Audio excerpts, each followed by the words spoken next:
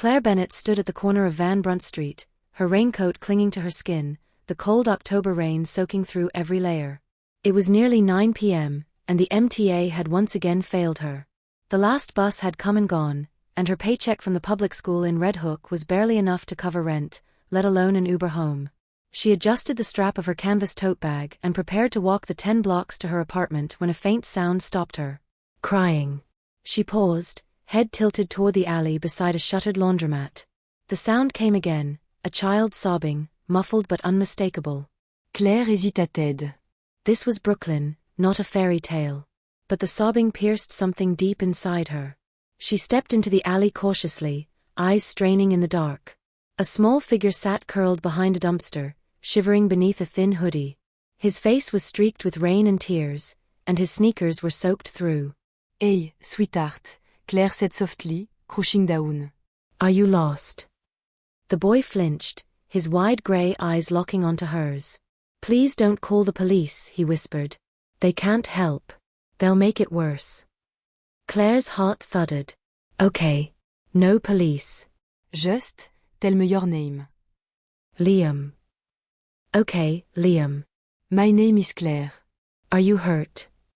He shook his head. I was with my dad. We were running. He told me to hide. But I lost him. Claire glanced over her shoulder. No one in sight. The rain pounded harder, as if urging her to decide quickly. You're freezing. Come with me. I live close by. The boy hesitated, then nodded. Claire led him through the slick streets, one hand gripping his as though the storm might try to steal him away again. Her apartment was small, a one-bedroom on the 3rd floor of a creaking building with inconsistent heat, but it was warm, dry, and lit by the soft glow of second-hand lamps. She gave Liam a towel, found an old sweatshirt from her student teaching days, and heated up a can of chicken noodle soup. He sat quietly on the couch, spooning soup into his mouth with the careful precision of a child who'd been taught not to waste a single drop. You said you were running, Claire said gently. From what? Liam looked down. Bad people. They were chasing us. My dad has enemies. Do you know your dad's number? My smartwatch, it broke. I think it had a tracker. Claire's instincts prickled. This wasn't just a family spat or a lost child from the suburbs. Your last name? She asked. Valenti. The word landed like a stone in her chest. Claire had lived in Red Hook long enough to know the name Valenti. Dominique Valenti Ranalph, the waterfront shipping operation in Brooklyn. Some said he owned the docks. Others said he owned half the city's silence. You're Dominique Valenti's son. Liam nodded. Claire leaned back slowly. What had she gotten herself into? Before she could respond, a knock rattled the front door. Tricheur trap. Pause. 2 more. Liam's face drained of color. They found me, he whispered. Claire stood, heart pounding, and peered through the peephole. 3 men in dark suits stood outside. One of them held a folded umbrella. The other 2 kept their hands at their sides in a way that looked far too deliberate. Claire turned to Liam. Do you know them? He nodded. That's Frank. He works for my dad. Claire opened the door a crack. The man in front, Frank Russo, she presumed, spoke in a calm, gravelly voice. Ms. Bennett. Yes. We're here for the boy. His father has been worried sick. I want to speak with him, Claire said firmly. Frank nodded. He stepped aside. And then he appeared. Dominique Valenti. Taller than she imagined, dressed in a black wool coat over a charcoal suit. His presence filled the hallway like smoke, silent, thick, unmistakable. Claire had seen him once years ago, at a fundraising gala for school reform. He hadn't spoken a word, but his presence had drawn stares and silences in equal measure. Now he was standing outside her apartment, raindrops still clinging to his collar. Liam, he said. The boy ran to the door, throwing his arms around his father. Dominic knelt and wrapped Liam in his coat, eyes closed for a moment as if grounding himself in the feel of his child. Then he looked up at Claire. Thank you, he said, his voice low and smooth. You helped my son when no one else would. I couldn't leave him in the rain. You could have called the police. Claire shrugged. He asked me not to. That earned her the faintest flicker of a smile. Dominic stood, Liam still wrapped in his coat. "I owe you more than I can say," he said. "If you ever need anything, you call this number." He handed her a black card with no name. Just a number embossed in silver. Claire hesitated, then took it. Dominic turned to leave, but paused. "Miss Bennet," he said without turning around. Do you believe in FATE? "No," she replied. He looked back, just for a second. "Neither did I.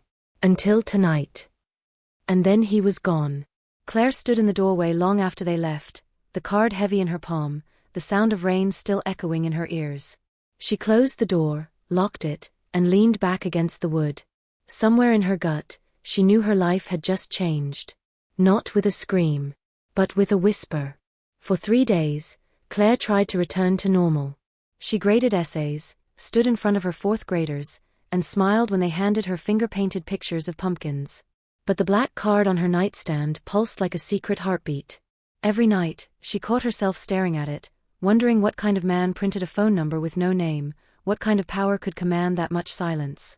On the 4th day, the answer came to her door. She had just returned from school when a sleek black sedan pulled up to the curb. Frank Russo stepped out, as composed as ever. Behind him, another man stood, tall, lean, with a scar running across his temple. He was younger, but the stillness in his body screamed the same discipline. Dominic Valenti didn't get out of the car immediately. He waited, watching her from behind tinted glass, until she met his gaze. Only then did he step out. "Miss Bennet," he said, his tone polite but carrying the faint authority of someone used to obedience. May you have a moment of your time? Claire crossed her arms. "I'm guessing you don't make house calls for parent-teacher conferences." He smiled faintly. "No. Though my son did say you were the best teacher he's ever had." "That's flattering, but I assume you didn't come here to talk about report cards." "I came to offer you a job." Claire blinked.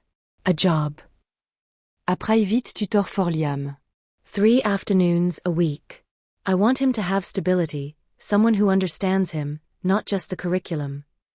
She hesitated. "I already have a full-time job." "I know what teachers earn in this city," Dominic said quietly. "My offer is $5,000 a week.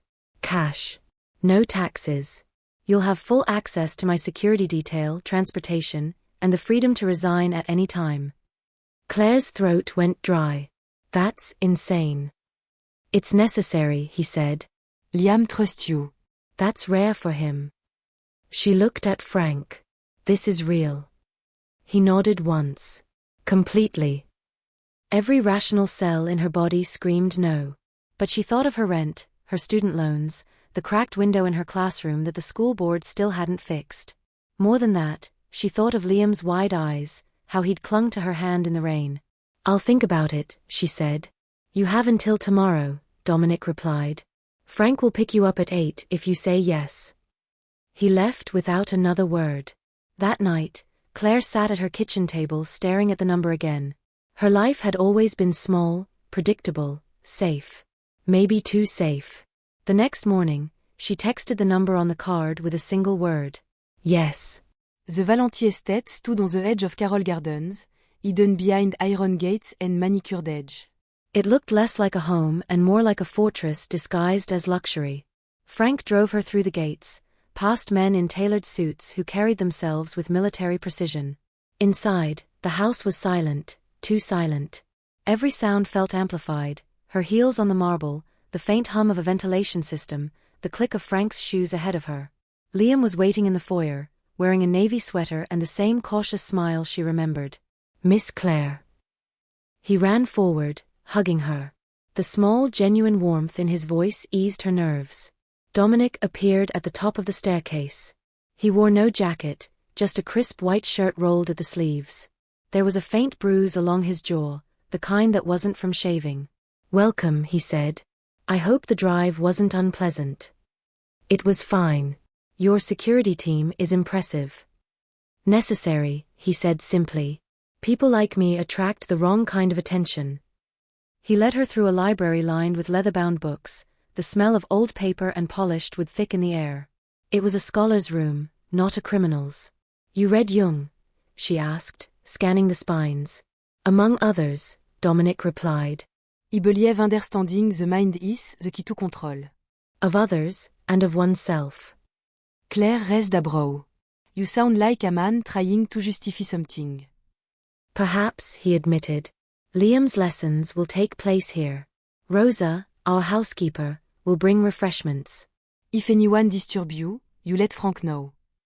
The first sessions went surprisingly smoothly. Liam was bright, curious, and eager to learn. They read about Greek myths, worked on fractions, and once, he asked her what normal felt like. She didn't have an answer. But as the days passed, Claire started noticing things she couldn't ignore. The men in suits rotated positions around the property. Dominic's phone rang at odd hours, his expression hardening each time. Once she heard shouting in Italian behind a closed door, followed by silence heavy enough to feel like smoke. Still, Dominic treated her with courtesy, almost gentleness. He never overstepped, never flirted, but when his eyes lingered on her across the dining room, she felt something shift inside her. A dangerous awareness. One evening, she stayed late after Liam had gone to bed. She found Dominic in the study, staring at a photo on his desk, a woman with dark hair and kind eyes, holding a toddler. She was beautiful, Claire said quietly. He didn't look up. She was my wife. Killed 3 years ago. A car accident. At least, that's what the papers said. What do you mean? I mean it wasn't an accident. Claire felt the air thicken. You think Someone? I know someone, he said. Vincent Carbone. He wanted territory. I refused. My wife paid the price. There was no emotion in his tone, but the silence that followed vibrated with buried grief. I'm sorry, Claire whispered. He turned to her then, eyes sharp, unreadable. Don't be. You didn't cause it. She held his gaze. You don't believe in forgiveness, do you? I believe in debt, he said. And repayment. A week later, Frank showed up at her apartment unannounced. His expression was grim. We need to talk, he said. He handed her a file, thick and worn. What is this? Your parents, accident report. Claire froze. What about it? He hesitated. You should read it. Inside were police photos, twisted metal, broken glass, her mother's purse half buried in mud. But what stopped her were the annotations in red ink, names circled, dates connected by arrows. Your father owed money, Frank said softly. A lot of money. He was desperate. Took a loan from the Carbone syndicate. When he couldn't pay. Her throat tightened. They killed them. Yes. Officially, it was an accident. But we know better. Her hands shook as she turned the page, and stopped at the signature line. The order for the collection had been authorized by one of Carbone's competitors, a rival syndicate looking to send a message. The signature was clean, elegant. Dominique Valenti. Her stomach dropped. Et order it. He didn't know who your father was, Frank said quickly. It was just another name on a list. If he'd known. But he didn't. And they died anyway. Frank looked at her with something that might have been pity. Sometimes, in this world, ignorance isn't innocence. Claire dropped the file on the table. Tell him I quit. Frank sighed.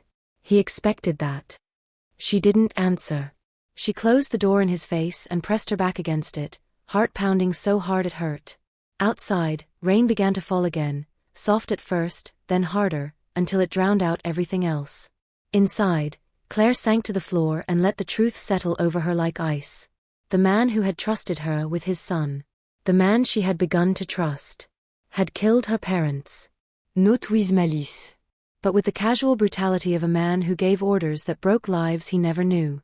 And for the first time, she understood what Dominic Valenti meant when he said he believed in debt. Because now, one of them owed the other. And neither knew how to pay it. The days that followed felt like fragments of a life Claire no longer recognized.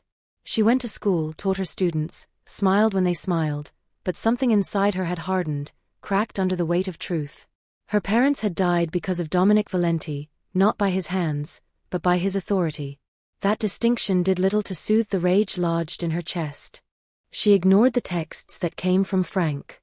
Polite inquiries turned into gentle requests. Then Dominic himself texted her, one line only, "I didn't know. But I know now." She never replied. It was late Friday night when she heard a noise outside her apartment, sharp, purposeful. Claire froze. A silhouette shifted just beyond the frosted glass of her door. Before she could reach for her phone, a knock came. Note the smooth rhythm of Dominique's men. 3 knocks. Then silence. Claire opened the door with caution. It wasn't Frank. It wasn't Dominic.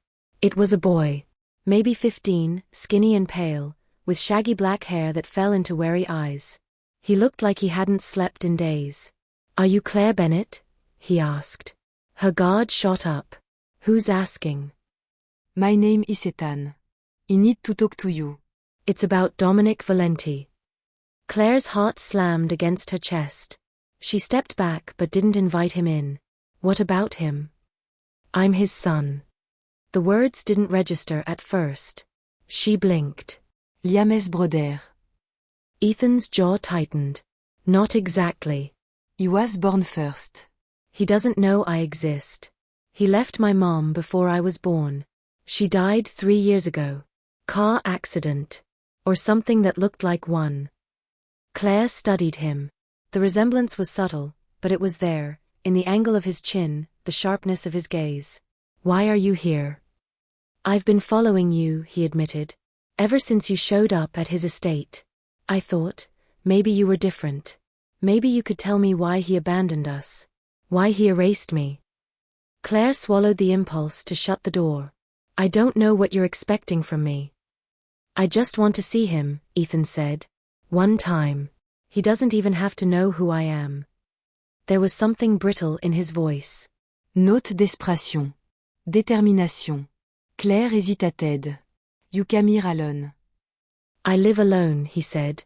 "In the Bronx. I sleep in shelters sometimes." She took a breath. "Wait here." She went inside, grabbed her coat and phone, and stepped back out. "Come on." Ethan looked surprised. "Where are we going?" "To see the man who ruined both our lives." Dominic's estate was silent when they arrived. Claire didn't call ahead. She wanted to see how he reacted when he wasn't in control. Frank opened the door, expression blank until he saw Ethan. His hand moved toward his side, instinctively. "No," Claire said sharply. "He's not a threat. Let us in." Frank hesitated, then nodded once. Dominic was in the study, glass of scotch in hand, shirt sleeves rolled up, a fresh bruise forming at his temple. He looked tired, like the days had dragged his soul through gravel. When he saw Claire, something flickered in his eyes, hope, pain, regret. Then he saw Ethan. And froze. Claire didn't give him time to speak. "His name is Ethan. He's your son." Dominic didn't move. Ethan stepped forward. "Hi, Dad." The silence that followed felt like a scream pressed between glass walls. Dominic set the glass down carefully. How long have you known? "I found out 2 years ago," Ethan said. "After Mom died." He got her things. "Letters." Pictures. "I didn't know she kept them," Dominic murmured. "You didn't know a lot of things." Claire watched them, 2 generations of damage and unfinished sentences. "I didn't abandon you," Dominic said quietly. "I didn't know you existed." "That's convenient." It's the truth. Ethan's curled into fist.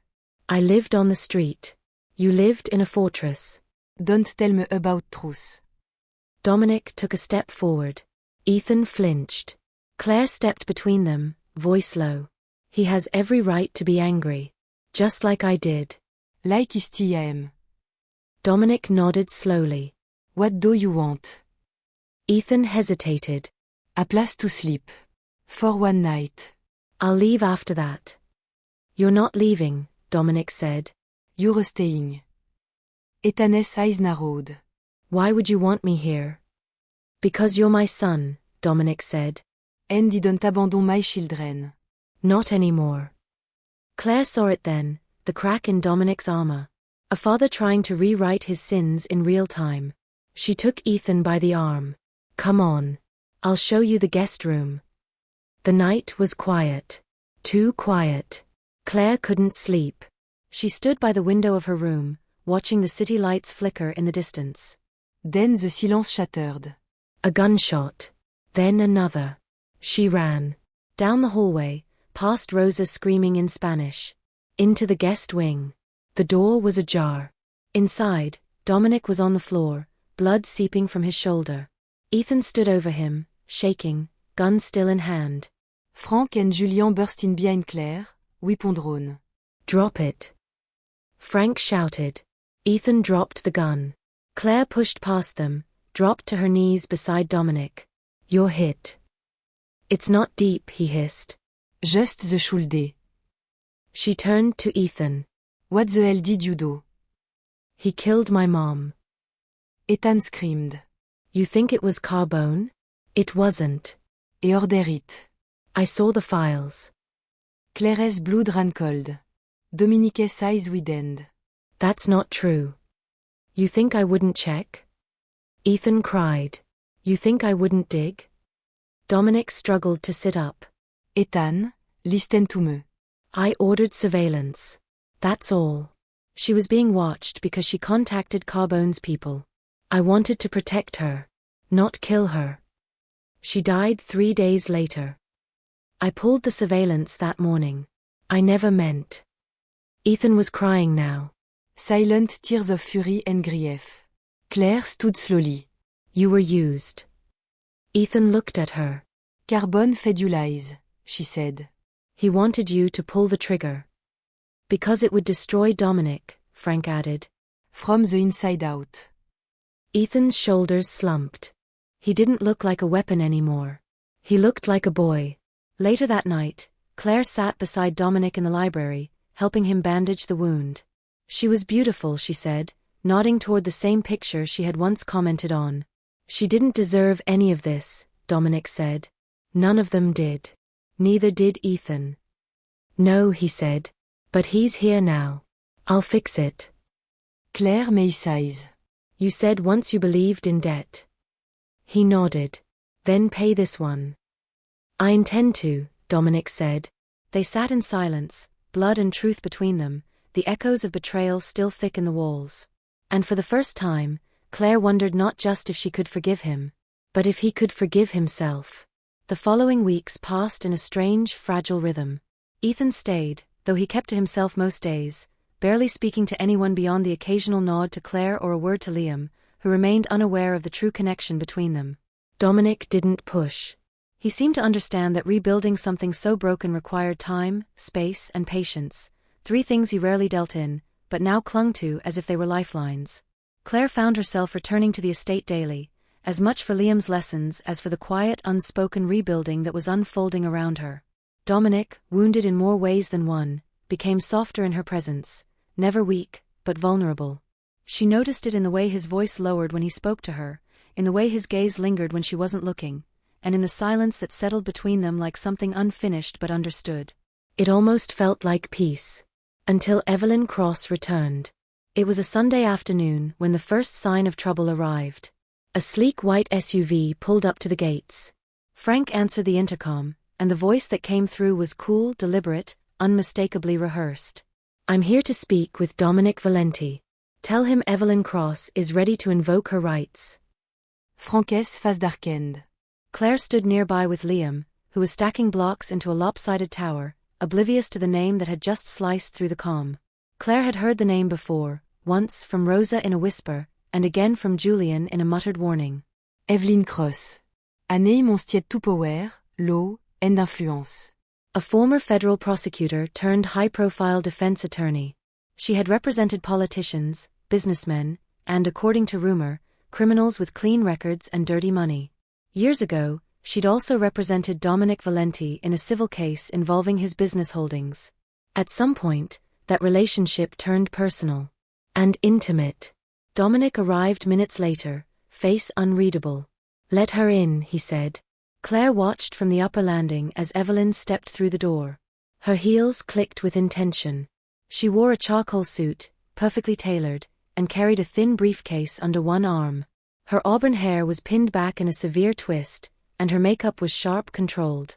She looked directly at Claire and smiled, not warm, but calculated. "So," Evelyn said, "this is the new fixture in the household." Claire stepped forward calmly. Claire Bennett. Am Liam est tutor. "Of course you are," Evelyn replied, her voice smooth as polished steel. Dominic didn't bother with pleasantries. What do you want? Evelyn opened her briefcase and pulled out a document, clean, crisp, and marked with legal stamps. "A family court hearing has been scheduled. I'm filing for full custodial rights over Liam."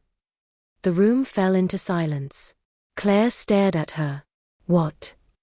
"I am listed as Liam's biological mother on his birth certificate," Evelyn continued. "We had an agreement, Dominic.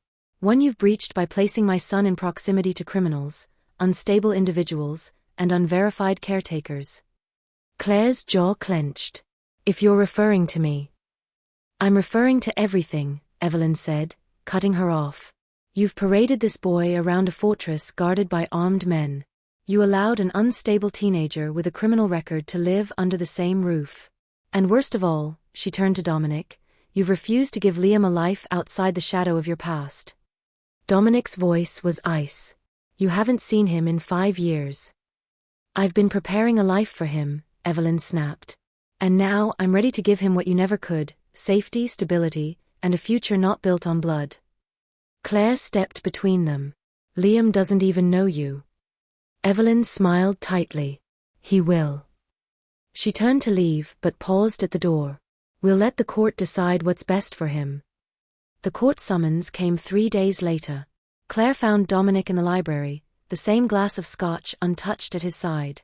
"She's serious," he said without looking up. "She has the means, the lawyers, the narrative." Claire sat across from him. "So do you. More importantly, you have Liam. He's just a child. They'll manipulate his words, spin his fears into evidence. Then we tell the truth." Dominique looked bitterly. The truth is, I'm a man who has done terrible things. "The truth is, I've buried enemies and made alliances in the dark. No judge will see me as a father, they'll see me as a threat." Claire leaned in. "Then let them see what I see. A man trying to be better. A boy who feels safe when he's with you. A family, not perfect but real." Dominic looked at her. "You'd testify?" In a heartbeat. The day of the hearing arrived under gray skies. Claire sat beside Dominic and Liam in the family courtroom, a space that felt too sanitized for the emotions swirling beneath the surface.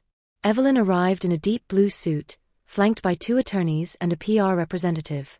She gave Liam a soft smile as she passed, but he clung to Claire's hand, uncertain and wary. The judge was a woman in her 50s with sharp eyes and a reputation for impartiality. She listened intently as Evelyn's team presented their case, an argument laced with legalese and polished concern. They cited Dominic's criminal associations, Ethan's residency in the home, the incident involving the gunshot wound. They painted a picture of danger wrapped in velvet. Then Dominic took the stand. He spoke plainly. No theatrics. No denial of his past. "I've done things I regret," he said. "But I have never once hurt my son. I would die for him. I've tried to protect him, maybe too much.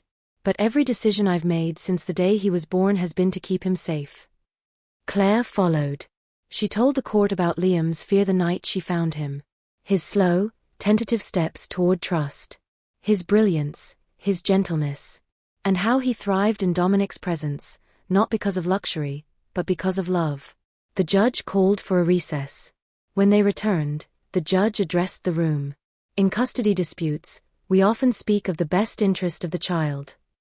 Too often, that phrase is twisted into strategies, power plays, and optics. But in this case, one voice is clear and unfiltered, the child's." She looked at Liam. "Would you like to speak?" Claire felt Liam Stephen Besider. He looked at Dominic, then at Claire. Then he stood. "I don't remember her," he said, pointing to Evelyn. She never came when he cried. Never hugged me when I was scared. But Claire did. And Dad did." He looked at the judge, eyes wide and sincere. Please don't take me away from them. Evelyn's lawyers objected. The judge silenced them with a look. Her ruling came 10 minutes later. Custody remains with Dominic Valenti. Pétition for transfert de nid. Liam ran into Claire's arms. Dominic exhaled for the first time in what felt like hours. Evelyn gathered her papers, her face unreadable. Before she left, she turned to Dominic. "This isn't over." "No," he said. "But it's finally begun." That night, as the family sat in the library, Liam curled beside Claire, Ethan sitting quietly near the fireplace, Dominic looked at them all. For the first time in years, there was no war being waged outside their walls. Only the Quiebris of peace. But peace was never permanent. Especially not for men like Dominic Valenti. Especially not in a world where truth and survival so rarely coexisted. And somewhere across the city, in the shadows of courtrooms and alleys, Vincent Carbone was watching. Waiting. Planning his next move. Winter came early to Brooklyn that year. The wind swept in off the East River with a bite sharp enough to cut through bone, and the days grew shorter, colder, heavier. But inside the Valenti estate, there was a fragile warmth beginning to settle, a rhythm that had not existed before. Liam looked more. Ethan, while still quiet, started joining meals. Claire, though still guarded, let herself lean a little closer toward the man whose world had nearly destroyed hers. Dominic had changed. Not completely, some shadows never left, but something in his posture, in the way he looked at his sons, at Claire, had shifted. He was trying to be a father. A partenaire. A man who could live above the surface of the life he once ruled beneath. But peace, as always, was temporary. It began with a fire at Pier 47. At first, it looked like an accident. A warehouse burned to the ground in the early hours of the morning. But Frank knew better. He had seen the signs before, the precision, the chosen target, the silence after. 3 days later, 2 of Dominic's former business associates were found dead, both within 24 hours, both with a single bullet to the head. Vincent Carbone was making his move. Dominic stood in his office staring at the crime scene photos spread across his desk. Claire entered quietly, reading the tension in his shoulders. "How bad is it?" she asked. He didn't look up. "It's not a message. It's a declaration." She moved beside him. "What does he want?" "To end me," Dominic said. "But not just me. Everyone tied to me.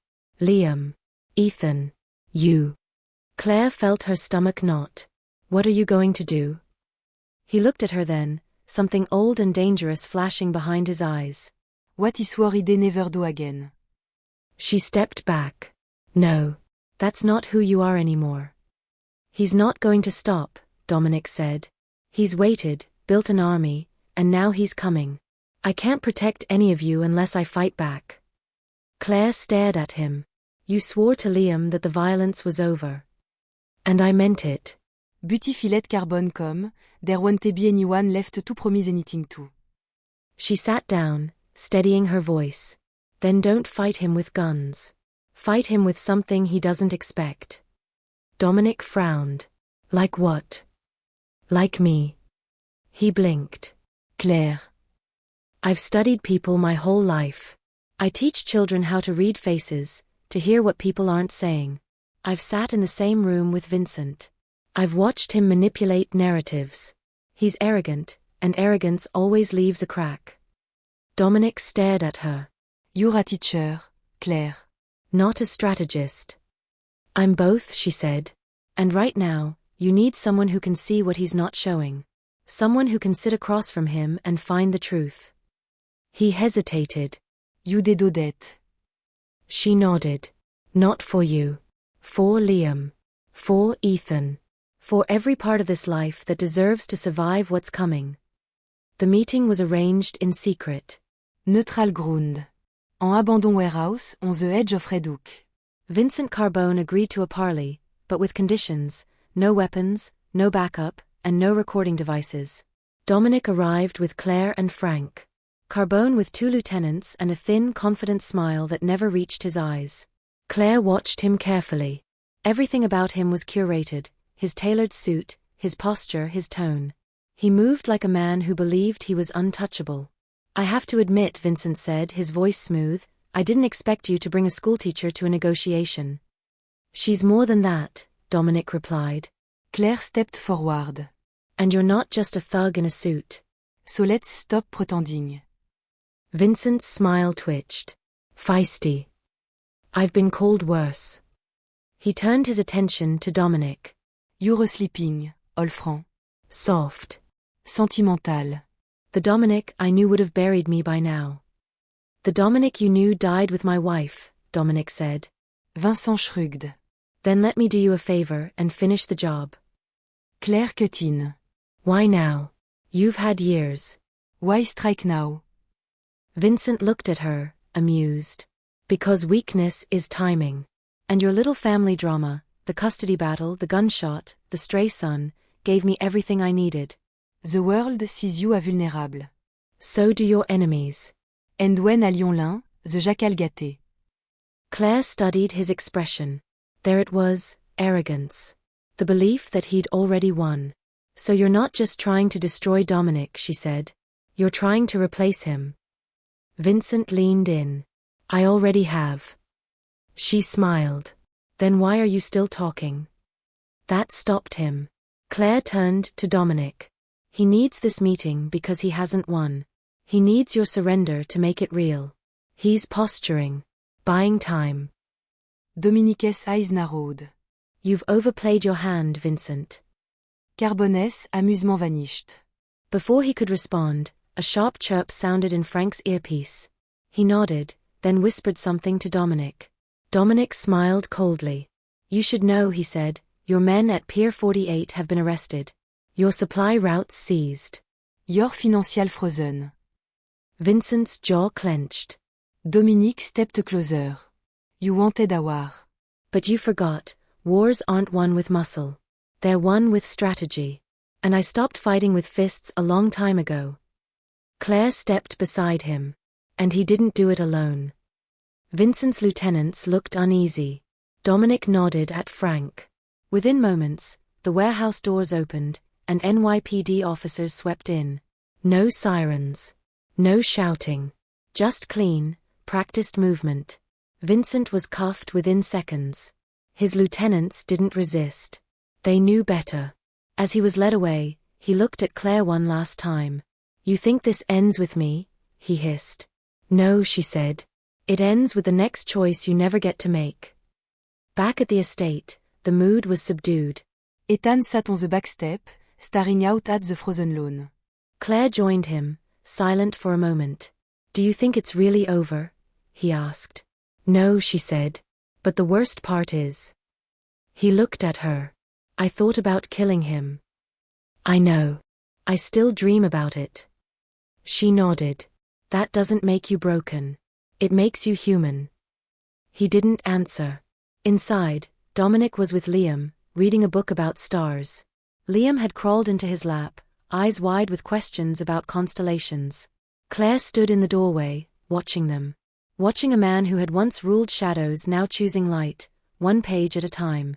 Later that night, Dominic joined her on the balcony. You saved us, he said. No, Claire replied. We saved each other. He reached for her hand. She let him. I want a different life, he said. For Liam. For Ethan. For us. Then build it, she whispered. Day by day. Choice by choice. 15 years later, Liam Valenti sat in a Harvard law seminar, listening to a lecture on ethics and power. After class, a woman approached him. She was a journalist. I'm writing a book, she said. About legacy. Your father's name comes up a lot. Would you be willing to talk? Liam paused. He thought of the rain. Of a woman who found him when he was lost. Of a man who had chosen to be better, even when the world told him he couldn't. He looked at the recorder in her hand. I'll think about it, he said. Then he walked away, the past behind him, and the future finally his to write.